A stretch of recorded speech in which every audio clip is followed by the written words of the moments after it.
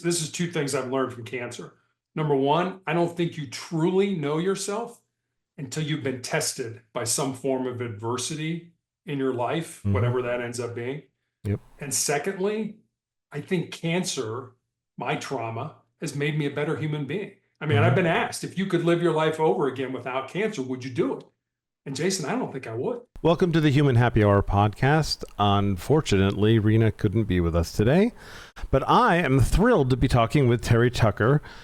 From working as a SWAT hostage negotiator to battling a rare aggressive cancer for over 12 years, where he actually had to get his leg amputated from above the knee. Terry's journey through adversity has shaped him into a powerful motivational speaker and author.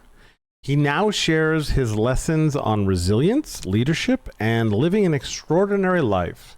In this episode, we'll dive into his intense SWAT experiences, how his fight with cancer strengthened him, and the life principles he outlines in his book, Sustainable Excellence.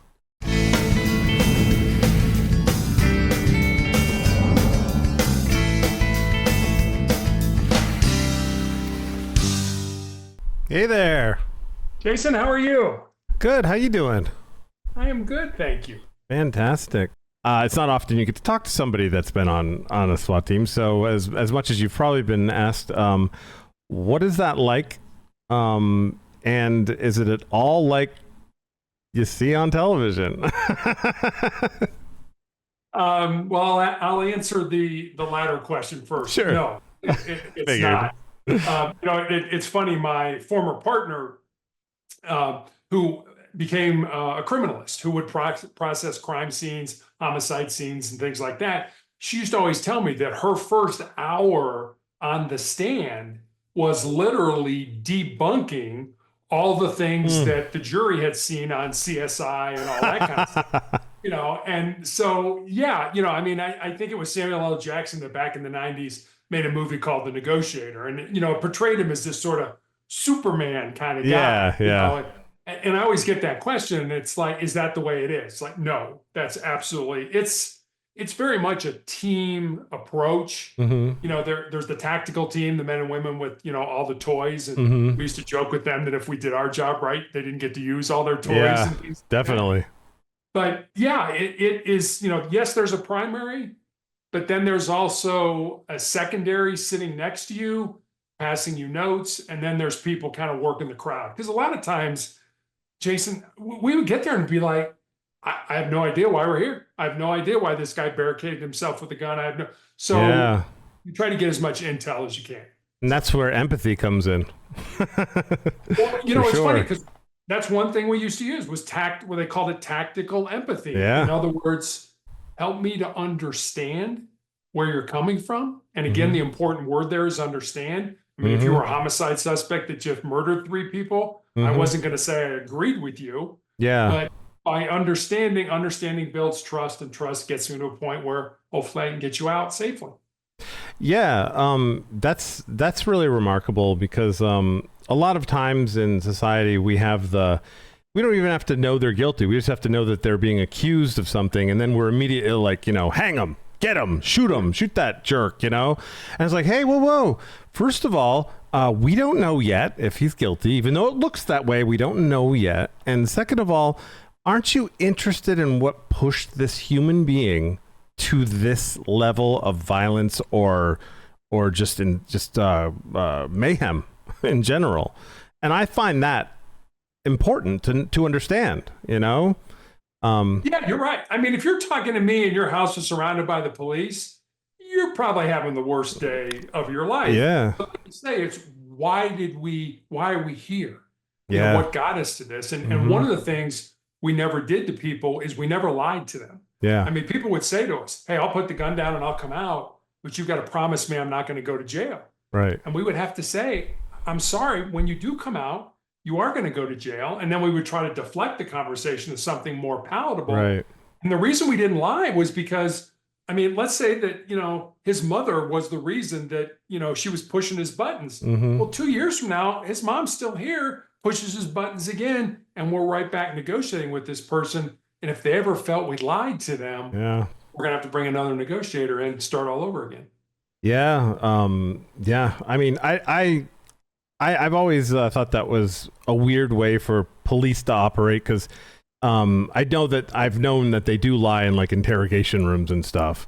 But man, it's different when you're out in the field, I'm sure. Like you've got to be really honest, I'm assuming. I mean, maybe there's a drastic situation where you're like, if I tell them the truth, this is going to go bad. I mean, I can imagine there's going to be an exception.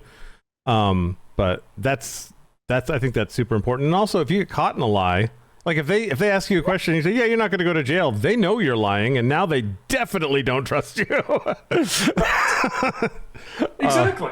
Yeah, I mean, truth is almost always the best. I would say 99% of the time. Yeah, and I'm not smart enough to remember all my lies, so it's just easier to tell the truth, you know? Yes. So. Yeah. What's a situation that do you have any that you recall that was particularly interesting or that I would find interesting? Because Sure. I'm pretty amazed by this stuff. So I can give you two. One is an atypical one, doesn't usually happen like this. Usually they're long, 3, 4, 5, 6, 8 hours, depending on how we connect and how long it takes to build that trust. Yeah. But this was an individual who had taken his wife hostage. He was drunk and he barricaded himself in the house. And we were not a full-time SWAT team. And Jason, I'm really going to date myself now, but this was long before, cell phones. We had pagers. Mhm. And so when the pager would go off, we would go to the scene. And I was working that night. So I was in a marked car and uniform. And so I get to the scene and I'm talking to the uniform guys. I'm like, what's the deal? He's drunk, barricaded himself with his wife as a hostage. I'm like, okay, do you have him on the phone? Yeah, we do. Okay, let me talk to him. So we start talking, and it's usually hours into a negotiation before we are talking about solutions, putting the gun down, coming out, things like that. Yeah. But I just had a gut feeling with this guy. And so I said to him, what would it take for you to let your wife go and for you to come out? There was this long pause, and he said, give me a beer. And I was like, if I gave you a beer, do I have your word you would let your wife go and you would come out peacefully? And here's the trust thing. He said, do I have your word I could drink it? I said, you absolutely have my word. You can have two. Yeah. And so, he says, yeah, I'll let my wife go and I'll come out. So I give $5 to the uniform guys. I said, go down to the store, buy a beer. The tactical team puts it on the front porch and I call him back. And I'm like, hey, your beer's on the front porch, but you don't get it until you come out. And he hits me again with, do I have your word that I can drink it? I said, you absolutely have my word. All of a sudden, the front door comes open. Here comes his wife with his hands up. He comes out with his hands up. We handcuff him, let him drink his beer, and off to jail he went. So, wow. Oh, God. Oh, my God. That's good. Yeah. I mean, that's simple. Yeah. That's pretty easy. This next one, a lot more, probably more along the lines of what we normally dealt with. This was an individual who was suicidal, probably started around dinner time. He slit his wrists. That didn't work.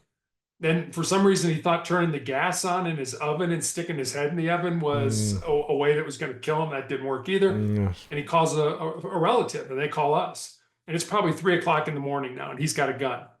And he's like, Terry, I want to come out. I'm tired. I'm like, yeah. I said, you come out. I said, I'll come down to the scene. And again, kind of some macho here. It's like, I'll talk to you man to man. We'll talk face to face. Yeah, I'd really like that.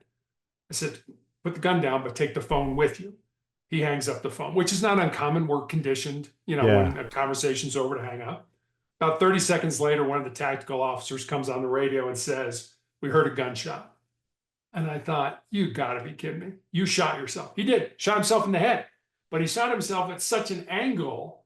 It was, I get the feeling it was more, I really don't want to do this. Boom. And it went off. Yeah. It went in underneath the skin, right by his temple, around his skull, and came out the other side. Never penetrated his brain. Very bloody injury because it was a head injury. But in terms of seriousness, not very serious at all. Right. But you always hear about when it's your time, it's your time. Yeah. The opposite of that is true as well. Yeah. When it's not your time, there's nothing you can do to make it your time. Yeah, that day wasn't his time. Yeah. Wow. And then he was done after that. He's like, yeah, I'm done for today. Let's get out of here. I mean, the concussion of the bullet nut, he was unconscious, and we had actually ER doctors that would come to the scene with us, so they were able to stabilize him, take him to the hospital, and get him the treatment that he needed.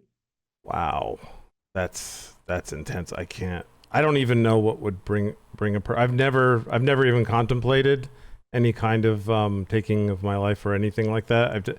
I mean, jokingly maybe, or even when I'm like really upset, I'll be like, "Oh, I wish I were dead," but never really. So I don't understand it. I do understand that it's a real thing. Depression is real. It's not something that we should just be like, "Oh, you're depressed? Well, we'll look at what happened to me." People handle things differently. We all have different brain chemistry. Everything is different upbringing, different culture. You're not all on the same exact empty slate. It's not like that, you know? Like maybe you could have dealt with it. This person couldn't. Let's have empathy.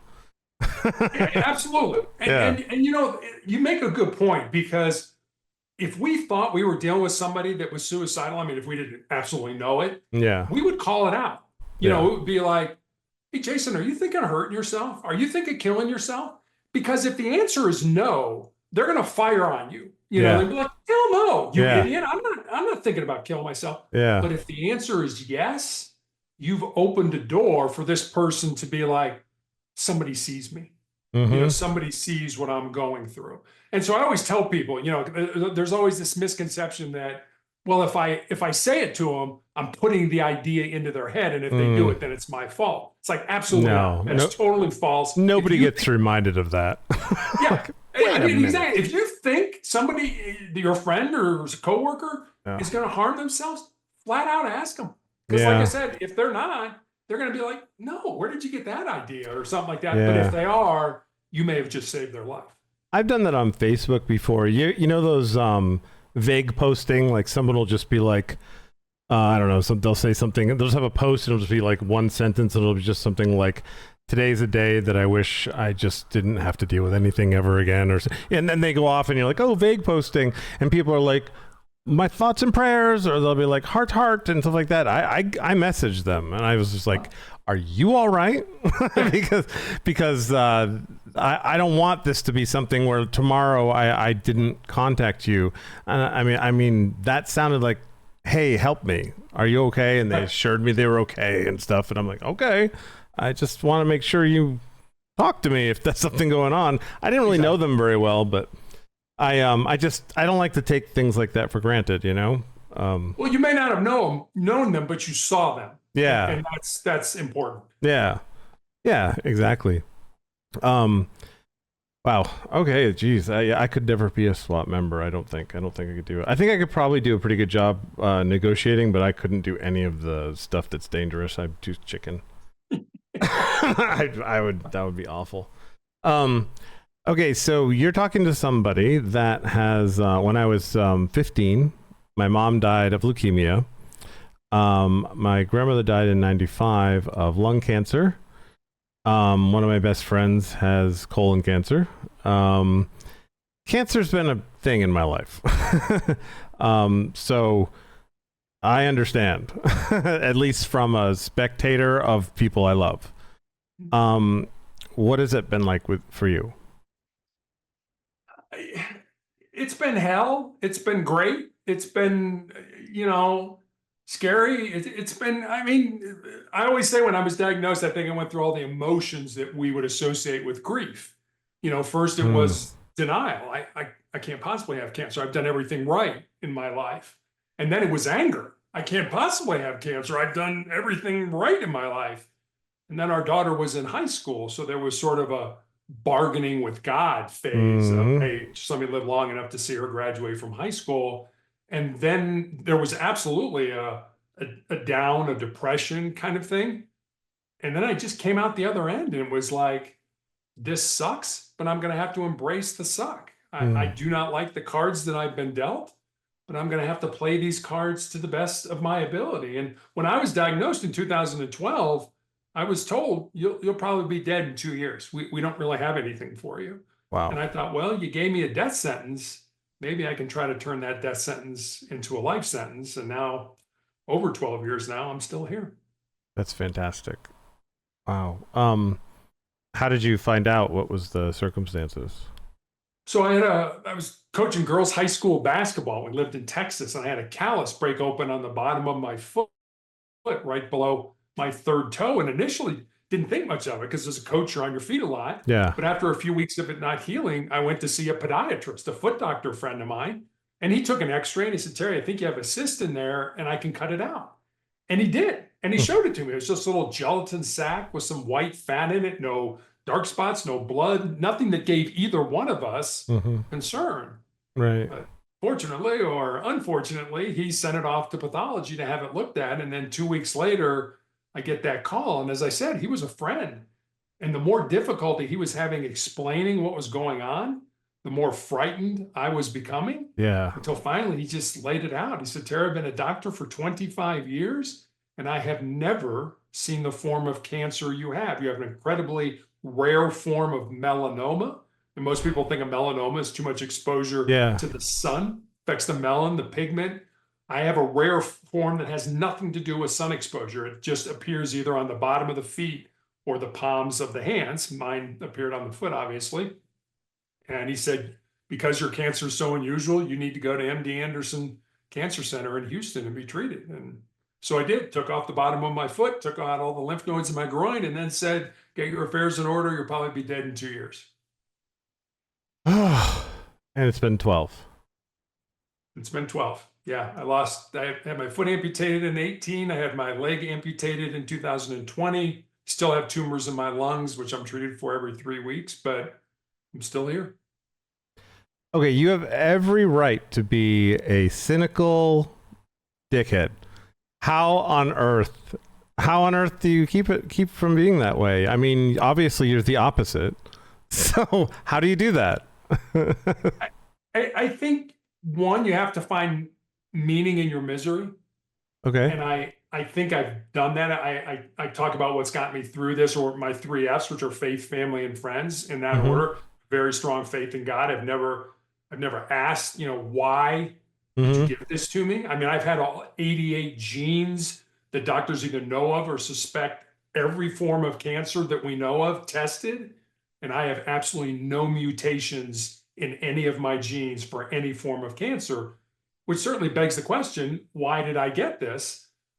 I don't know. And nobody's been able to tell me that. And so I don't spend a lot of time worrying about it. I got it, and I'm going to have to deal with it. So it's really, can God use me in a way that is showing his strength through my weakness, I guess.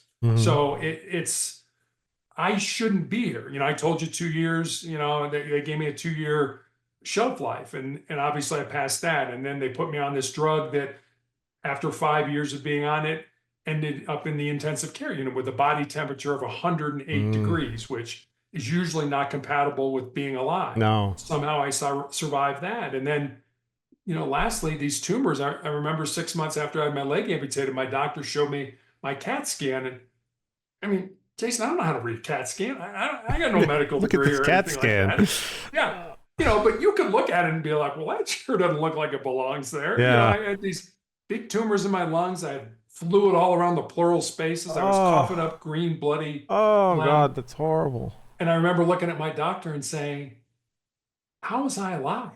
Yeah. And I will never forget this. He put his head down. He shook his head no. And then he looked up at me and he said, I don't know, because you shouldn't have been. Wow. Which said to me, God's not done with me yet. Wow.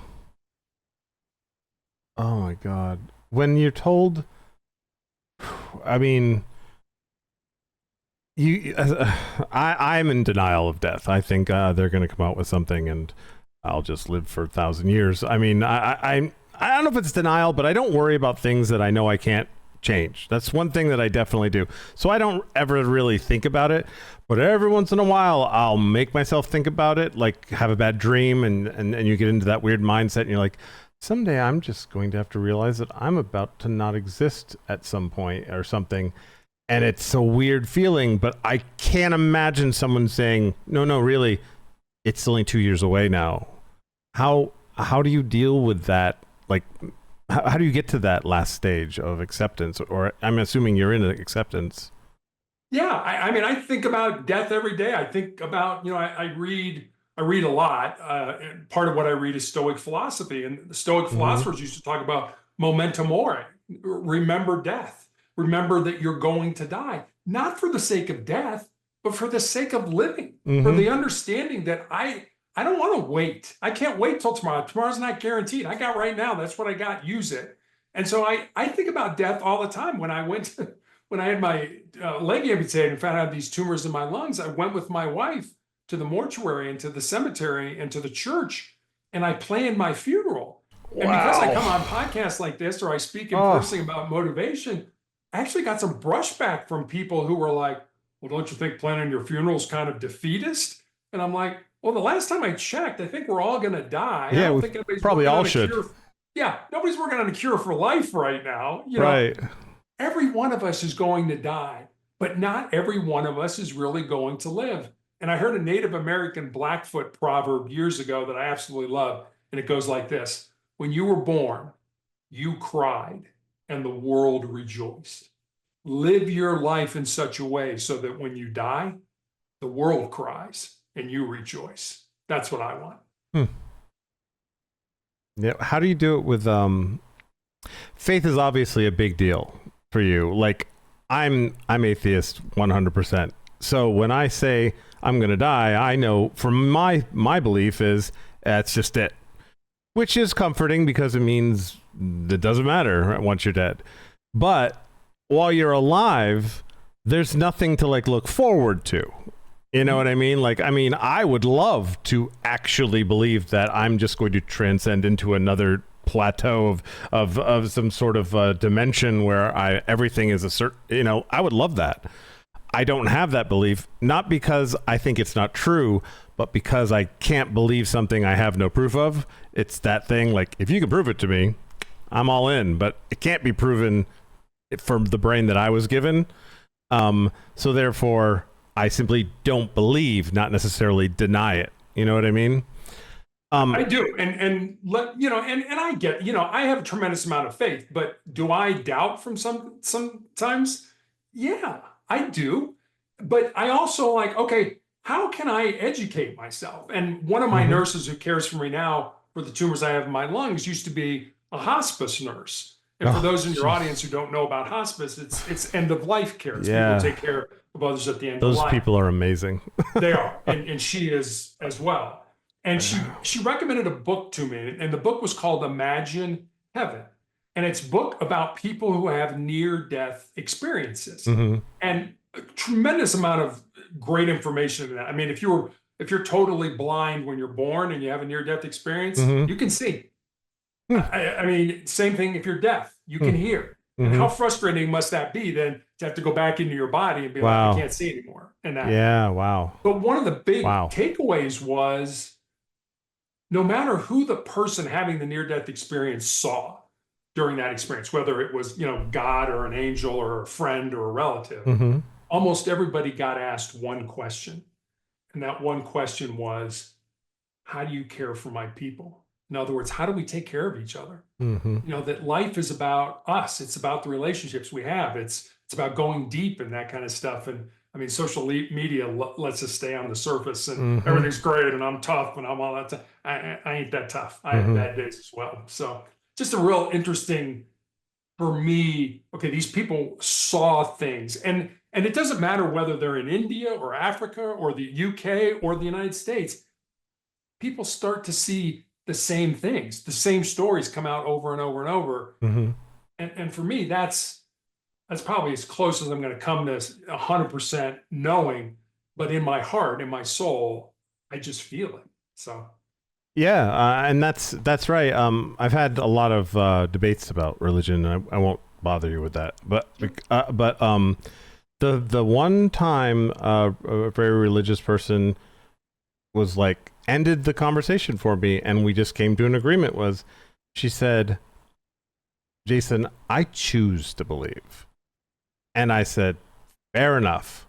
And that was it. I was like, but we were arguing about whether it's true or not true or not true. She's like, no, I just choose to believe. And I'm like, that I totally accept. I got nothing.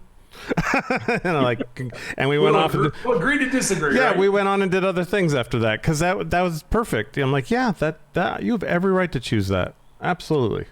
Yeah.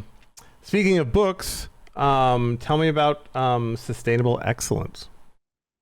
Yeah, sustainable excellence. I never wanted to write a book. I never expected to write a book. There's sort of that old joke that says when we talk to God, it's called prayer. When God talks to us, it's called schizophrenia. So, I mean, God has never, God has never said, Terry, write a book. But I think what God did for me in that case was put enough people in my path that started making the same suggestion over and over and over again. And I thought, well, I'm smart enough and old enough that I better pay attention to this. And so Sustainable Excellence was really a book that was born out of two conversations I had. One was with a former player that I had coached in high school. I mentioned I coached girls high school basketball, and who had moved to the area in Colorado where my wife and I live with her fiance. And the four of us had dinner one night. And I remember saying to her after dinner that I was excited that she was living close and I could watch her find and live her purpose. And Jayson, she got real quiet for a while. And then she looked at me and she said, well, Coach, what do you think my purpose is? I said, I have absolutely no idea what your purpose is, but that's what your life should be about. Finding the reason you were put on the face of this earth. And there is a reason, using your unique gifts and talents and living that reason. So that was one conversation. And then I just had a young man reach out to me on social media from college. And he said, what do you think are the most important things I need to learn or understand, not to just be successful in my job or in business, but to be successful in life? And I didn't want to give him that, get up early, work hard, help out, sort of the cliches that we all know. So I took some time, took some notes, and eventually kind of had these 10 thoughts, these 10 ideas, these 10 principles. And so I sent them to him. And then I stepped back and I was like, well, I got a life story that fits underneath that principle, or I know somebody whose life emulates this principle. So literally during the 4 to 5 month period where I was healing after I had my leg amputated, I sat down at the computer every day and I built stories, and they're real stories about real people underneath each of the 10 principles. That's how sustainable excellence came to be. Wow. So there are 10 principles. Can you list them? Just or is that possible? I grabbed the book. Yeah, definitely. Yeah, I'm interested. Now I'm curious. Sure. Do you ever hear George Carlin? Oh, I love George Carlin. Yeah. Do you ever hear the one about the 10 Commandments, how he knocks it down to 2? Oh yeah, to like 3 or something like that. Yeah. So he said, why do they pick 10? 10 is a, why? Because it's a marketable number. Nobody ever heard about the 11 Commandments. Get the hell out of here, 11 Commandments. Did you decide 10, or did it come to 10, or was it 9? And you're like, I need one more, or? It really did kind of come to 10, and okay. After 10 it was like, I got nothing else. All right, that's awesome. The pot's dry here and stuff like that. So number one, each principle is a chapter, or each chapter is a principle, whichever you prefer, however you want to look at it. Principle number 1, enjoy your life. Principle number 2, most people think with their fears and their insecurities instead of using their minds. Number 3, you were born to live an uncommon and extraordinary life. Number 4, always remain curious and ask questions. And a lot of that goes back to SWAT. We were always taught to be curious when we're talking to somebody. Oh, yeah. Number 5, you are the person you're looking to become. Number 6, put your God and your family before everything else. Number 7, be part of something bigger than yourself. Number 8, fail often, especially when you're young. Number 9, listen more than you talk. And number 10, love is the most important word in any language. Solid list. Yeah. It works for me. How do I'm trying to become less cynical right now, so help me out. Wow. How is well, because when you say everybody has a reason to be here or a purpose on this planet, that's obviously a very faith-driven statement. How do I get my mind around that, as far as knowing that every person on this planet has a specific thing that they should be doing or will end up doing? Can you fail at it? Can you be like, you know what? I had this thing I was supposed to be doing while I was here, but I just didn't do it? Or do you always end up kind of fulfilling whatever it is you're supposed to be doing? Because it seems like those two things clash a little bit here and there, like, because people go, well, you know, God's plan, you're doing what you should have been doing. Or if you haven't gotten there yet, they always say, you've got a reason to be here. Well, which is, you know what I mean? So how do I deal with that? I would suggest, so great book called Man's Search for Meaning by Viktor Frankl. Okay. You know, who was in the concentration camps. I mean, Frankl in that book talks about life should not be lived in the abstract, that everybody has a reason, has a purpose that they're here for. And I figure, you know, a guy who pretty much went through hell and was able to survive and come out the other end probably has a pretty good feel for that. But you're right. And I think a lot of times we talk about, you know, our why or our purpose as something that's singular. Yeah. And at least for me, and maybe you feel the same way too, that word is plural. It's been purposes. You know, when I was young, I was an athlete. You know, I went to college on a basketball scholarship. Wow. And then when I was an adult, I think my purpose changed again to be in law enforcement, to do SWAT. And now, in all honesty, as I'm probably coming towards the end of my life, I think my purpose has shifted again to put as much goodness, positivity, motivation, love back into the world as I possibly can. So that's wonderful.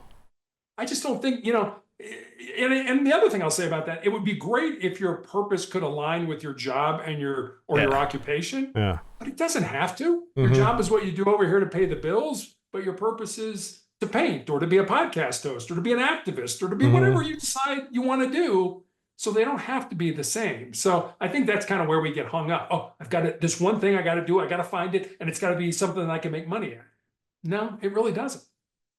How can you give me some advice? I have too many things I want to do, and I dabble in them like the ADHD guy I am.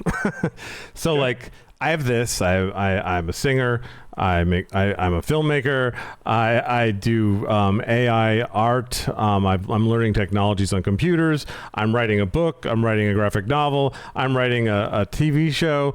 I mean, I have got so many, and I could go on and on, right? Making a video game, all these things, right?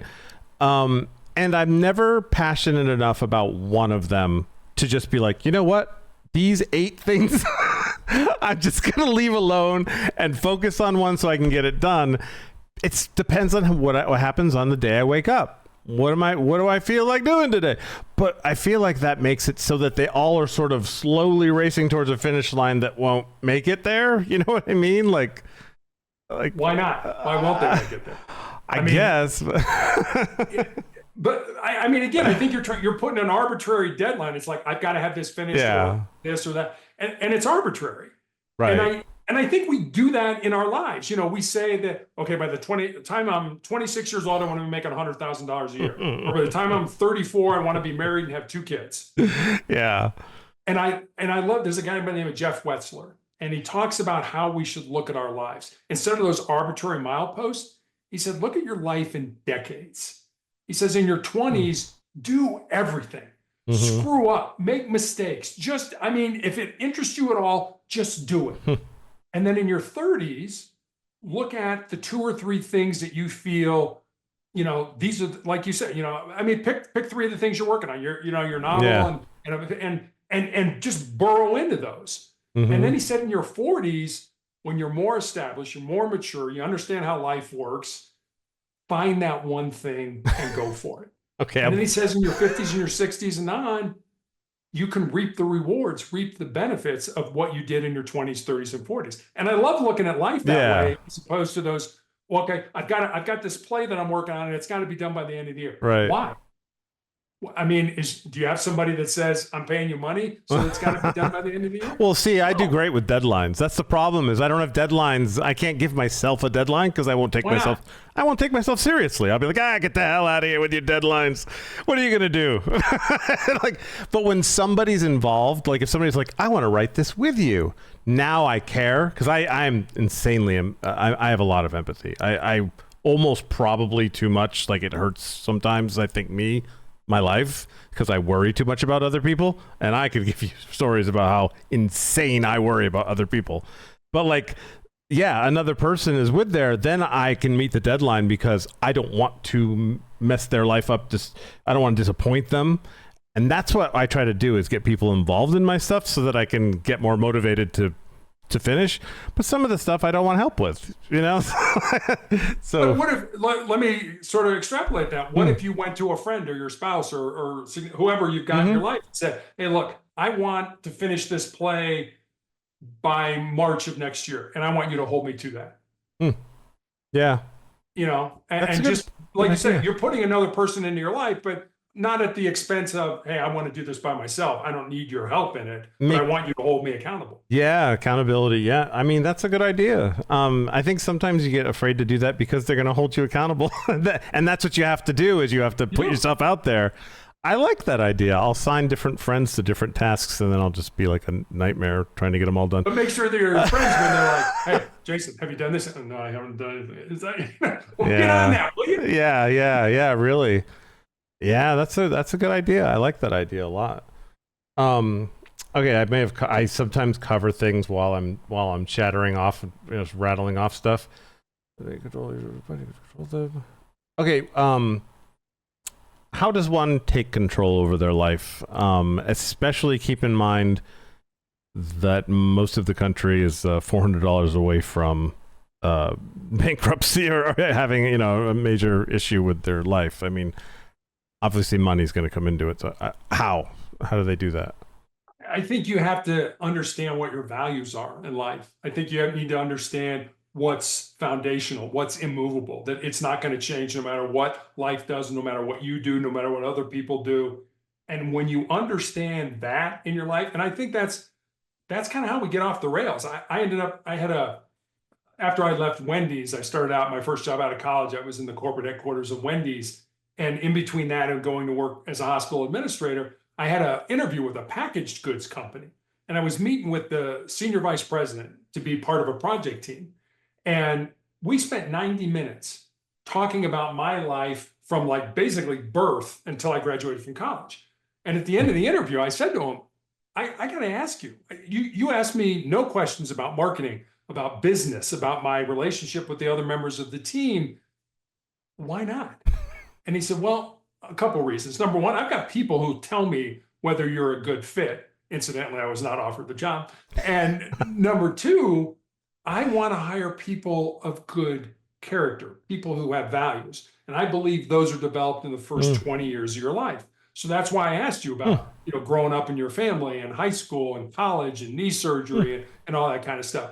Because I feel that's where, he said, I'm not saying you can't learn values and things like that as you get older, but most of it is in that sort of 20-year time frame. The other interesting thing he said to me was, and character is caught, it's not taught.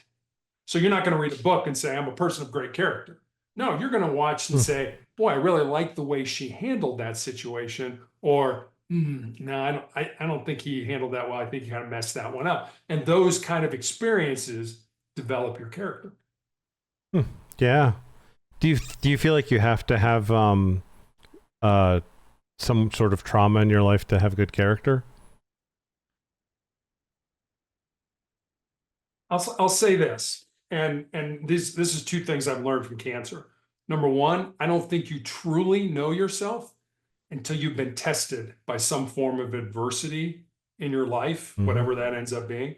Yep. And secondly, I think cancer, my trauma, has made me a better human being. I mean, I've been asked, if you could live your life over again without cancer, would you do it? And Jayson, I don't think I would. Yeah. I think cancer has had such a positive impact on my life that I don't think I'd want to live my life over again without it. Yeah, I agree with you. I hear a lot of people talk about regrets, and I can tell you a lot of things in my life that I probably should regret, but I don't, because right now I'm here. And I have Luke, my son, and I'm talking to you. And I don't know what it would have been another way. And so why would I pretend to know that I could toy with my past by regretting things? I don't know. You can say, oh, geez, that was unfortunate. But to regret something, I guess if you're on an airplane that's about to go down, you can go, I regret that I'm getting on this airplane. That makes sense. Yeah. But if you're somewhat safe and stuff in your life, somewhat, I guess regret's not a good idea in general. Just remember that, to figure out, to look at what are the positives in your life. The problem and I have. What did you learn from the negatives? Yes, of course. Yes, exactly. And that's where I think people are like, oh, I can never make a mistake. No, make mistakes. Yeah. Not for the sake of making mistakes, but for the sake of what they teach you. Yeah. And try not to make them again. Yeah. And dealing with mistakes is a great way to build character. Absolutely. Yeah. Absolutely. Yeah, that's and fabulous. I think that goes back to your question. Can you have good character without having adversity, without making mistakes, without blowing it from time to time? I don't know if you can. People in their comfort zones, those people are not growing. Yeah. And if you're not growing, you're dying.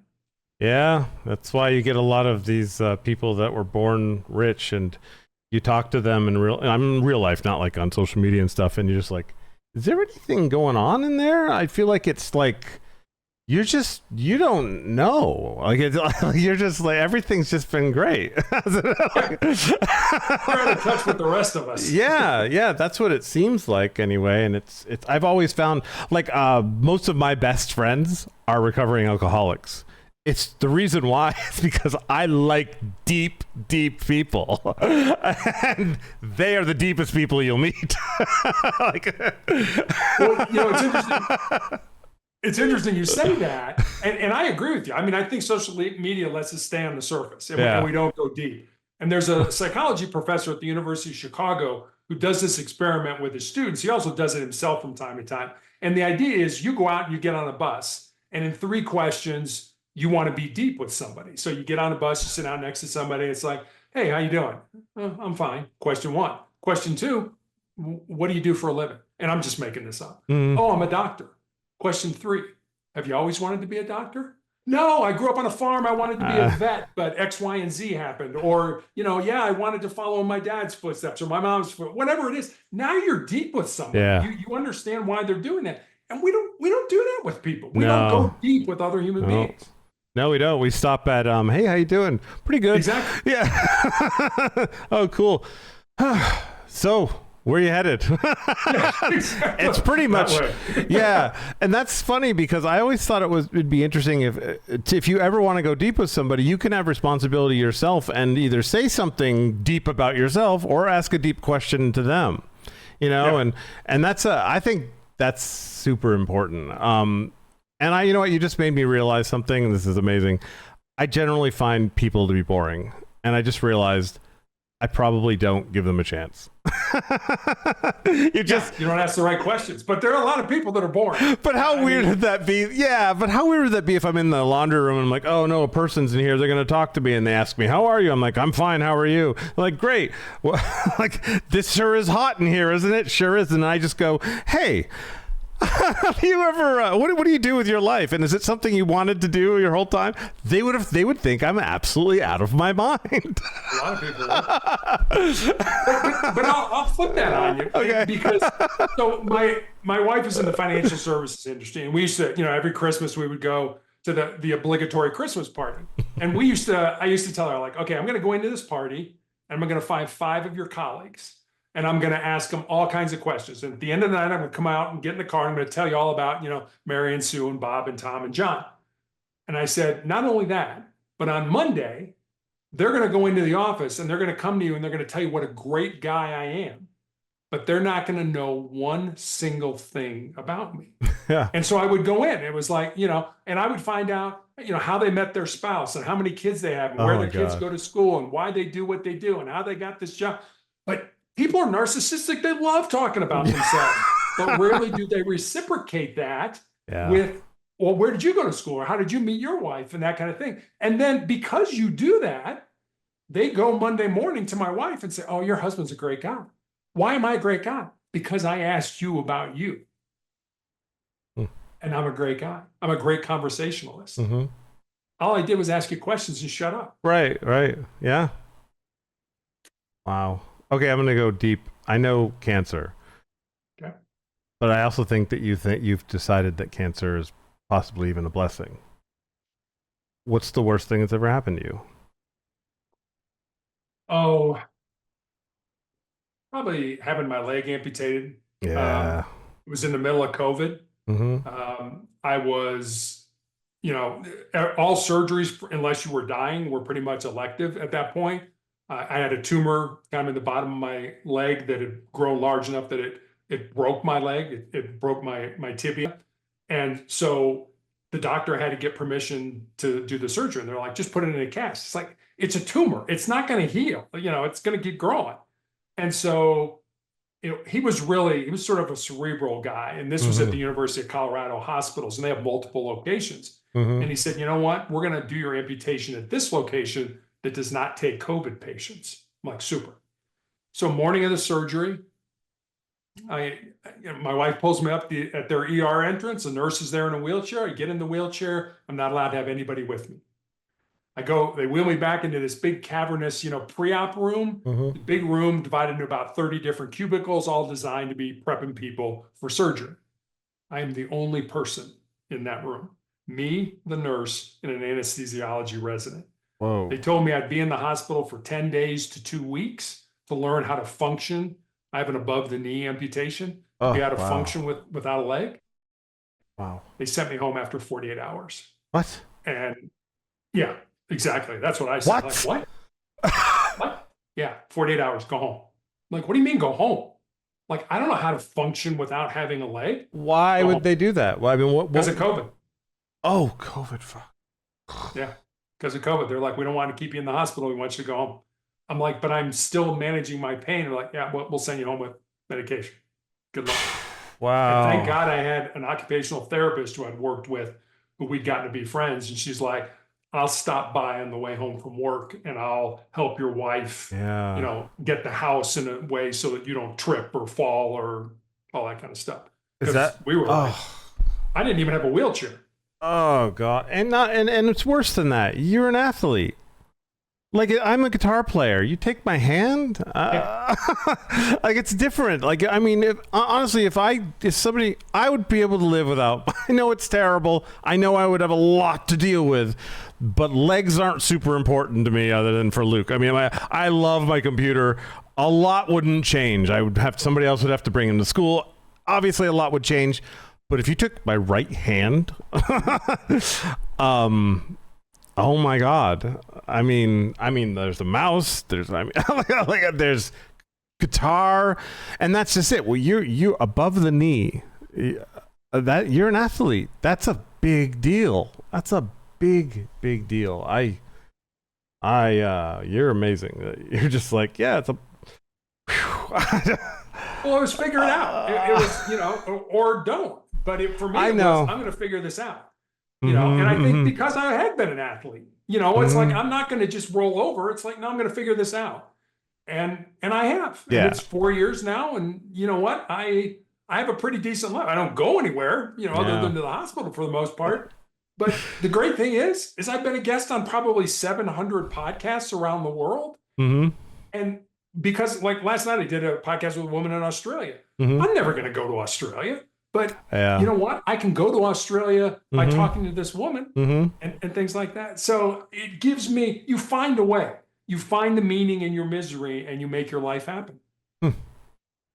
We have about 15 minutes left, so I want to make sure that there isn't anything that you may have missed or you wanted to talk about. Your book, where can we get it? Probably Amazon, I'm assuming. And is there anywhere you can get a book online? Amazon, BarnesandNoble.com, Apple iBooks. Yeah, I'll put a link in the in the description. Thank you. Yeah, no problem. I just want to scan over the things because I always branch off and then I'm like, oh, I did hit everything just randomly instead of with my okay, so yeah, this is something that I think anyone that would listen to this would really benefit from. Right now, obviously there's an election coming up. We all know this. It's divided. Everybody is angry with each other, it seems. There's one side and the other. How can we find empathy for people that have been calling us names for the last 10 years? 8 years? 8 or 9 years? How do we switch that? And I was just, as you were asking the question, I kind of knew where I was going, and I was going to say, by using the word you just used, which is empathy, and I go back to my SWAT days, help me to understand where you're coming from. Not necessarily agree, but help me to understand. Because if you're yelling at me and I'm yelling at you, neither one of us is hearing each other. But if we can be quiet enough for Jayson to give me his point of view, and then Jayson be quiet enough for me to give him my point of view, just like your friend, it was like, we're just going to agree.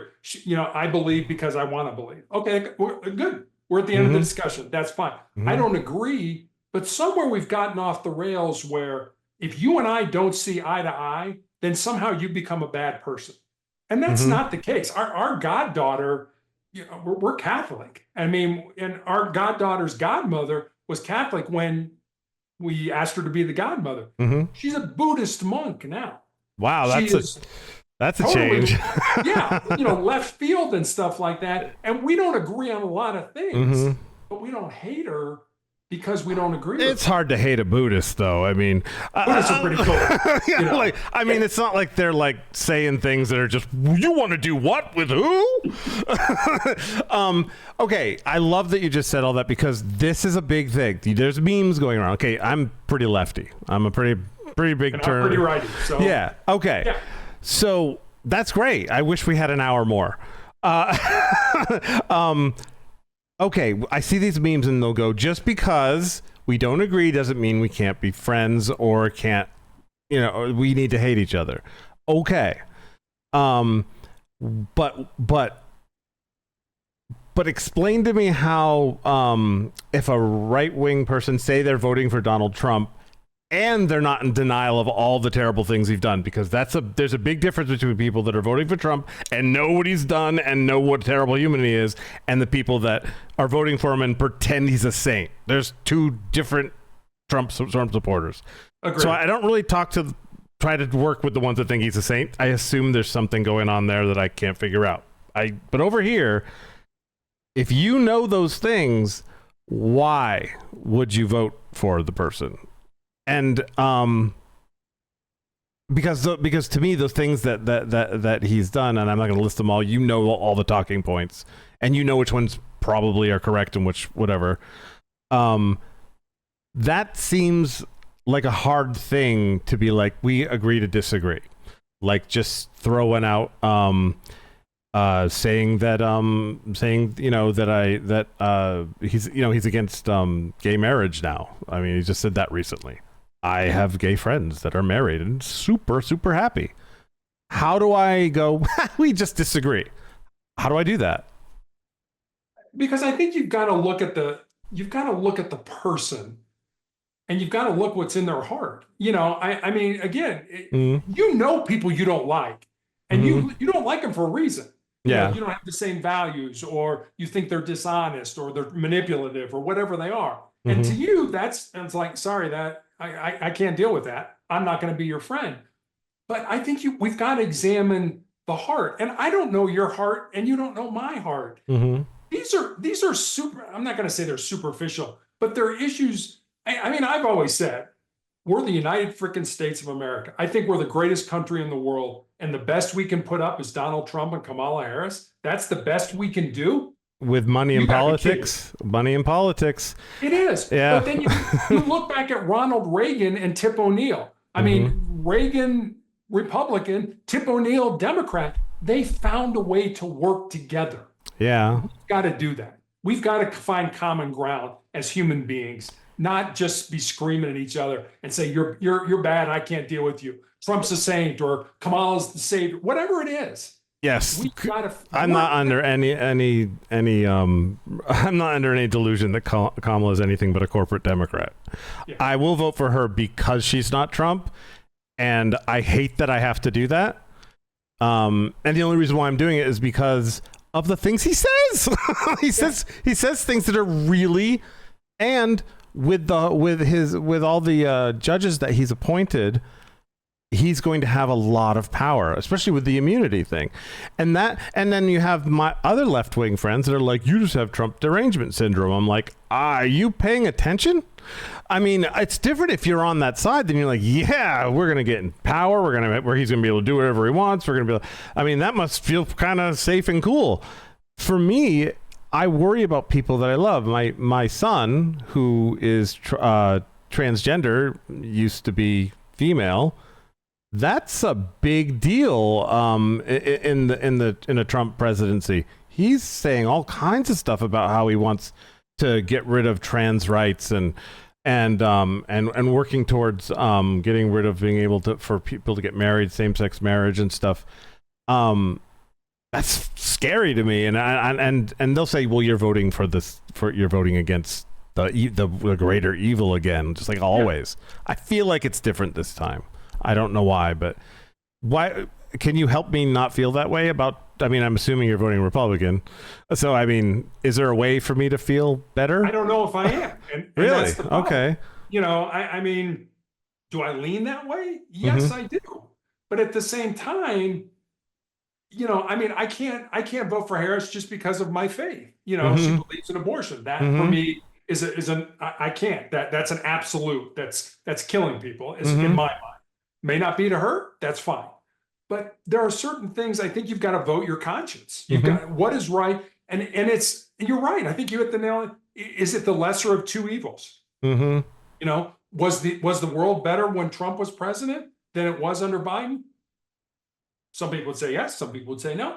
I don't know. I mean, you know, there's a reason that they always say, you know, you never go to a dinner party and talk about sex or politics. You know, there's a reason they say that. But I think someone like you and me could have a really interesting conversation without ever getting pissed at each other. No. And that's the thing. Like, you know, I mean, I feel like that anyway. I feel that from you. I mean, I'm just like, I'm here with an empathic Republican, and that is like to me, a unicorn. I'm looking at 9 minutes going, I only have 9 minutes with this unicorn? What the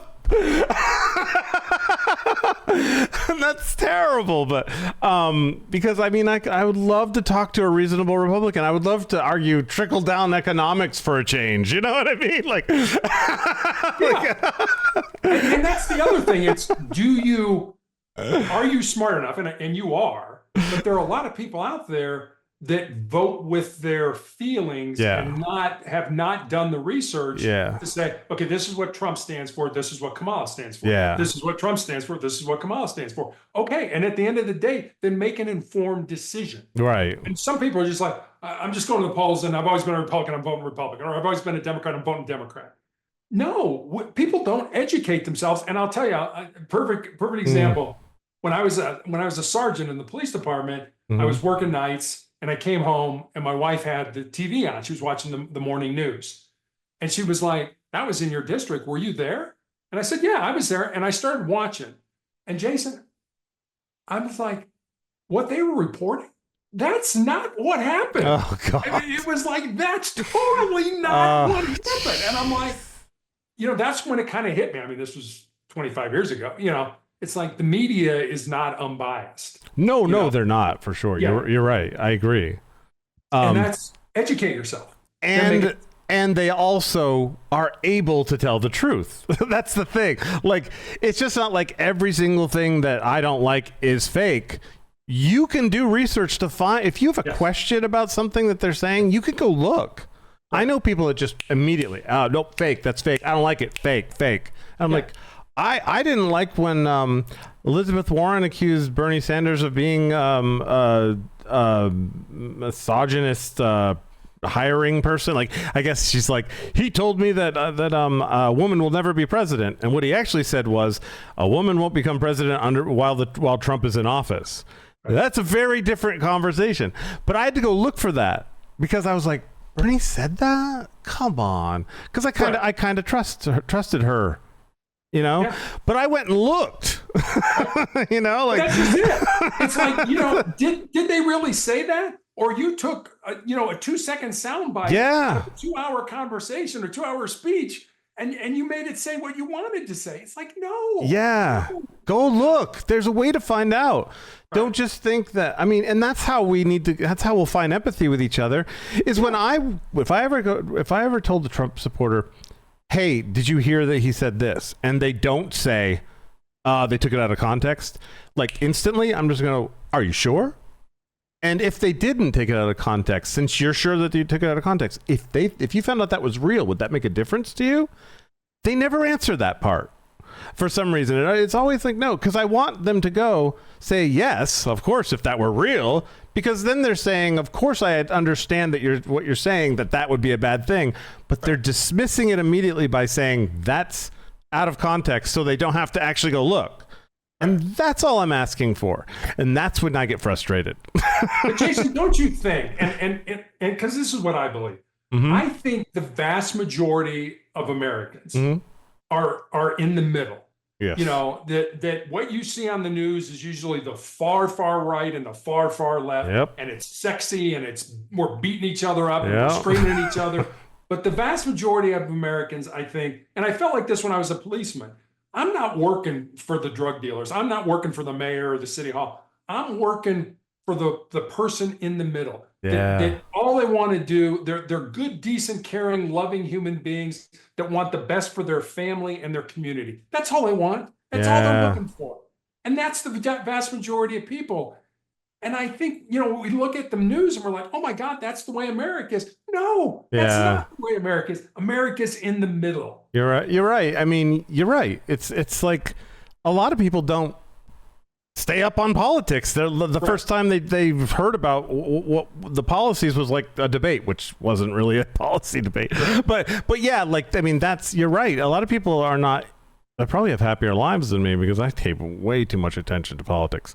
But, okay. Thank you. I wish I would love to we should do a master class on far left and far right people talking with empathy another time. Yeah. I'm not kidding. I would love to do that. Maybe even we should do it.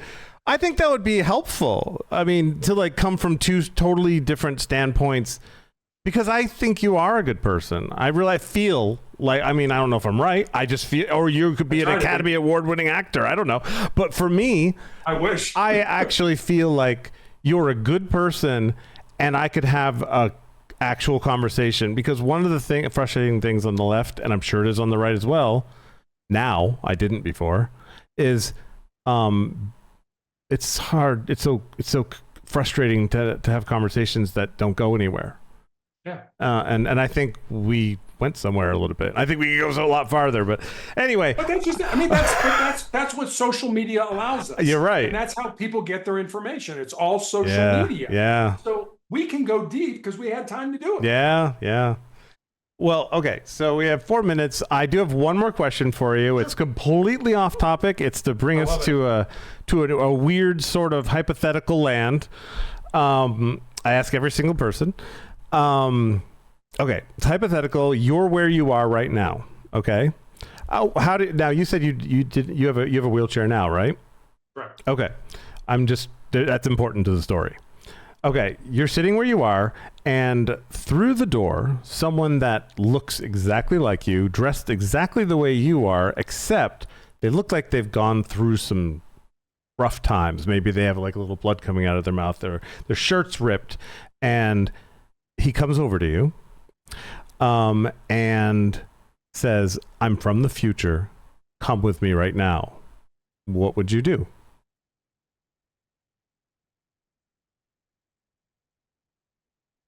Great question. I'll probably stay right where I am. Really? Yeah, I mean, life wasn't meant to be lived forward or backwards. Life is meant to be lived today. Now, we talked about that. I don't have tomorrow guaranteed. You don't either. I got what I got now. I don't care about the future. I don't care about the past. I can't, some people have asked me, how do you want to be remembered? I'm not going to be remembered, and that's okay. But what I want, and I think you do too, I want to have deep conversations with people. I want to have deep connections with other human beings. If I can do that, I feel my life has a purpose. So I think I'd stay right where I am. So you're assuming that he's there to bring you to the future, not just out the door somewhere. So I'm just curious where you. Oh, that's kind of the way I took it. Yeah. Okay, that's cool. No, that's totally valid. It's part of the question's magic to me. Is I love to hear how people interpret it as well, because some people think you're just taking me out the door. We got to go do something. You know what I mean? Other people think they're taking him to the future. Yeah, it's fascinating. I love. That's a good question. Yeah, I went somewhere different with it. So yeah, you went to a very different place, and that's fantastic. I love that. Is there any other plugs that you'd like to give? And I hate the word plugs. It makes things sound so ridiculous. But any links to some of the wonderful things that you've achieved that you would like people to be able to go and visit? I think if people want to reach out or see the other podcasts and stuff, leave me a message. It's okay. Just go to motivationalcheck.com. Okay, and I'll put that in the description as well. Perfect. And as far as for us, Human Happy Hour, and please subscribe. That's all I care about. It's the most important thing to do. Everything else is gravy. Thank you so much. This has been absolutely wonderful. I feel hopeful for some unity. I really do. Yeah. Everything else you said was great, but I really enjoyed talking to a person on the right that I feel like connected with. Like, yay, connection. I think the important word you used was person. Yeah. You can get rid of the on the right or the left. We're people. We're human beings. Yeah. So, yeah. Awesome. All right. Well, thank you very much, and have a wonderful evening. You do the same.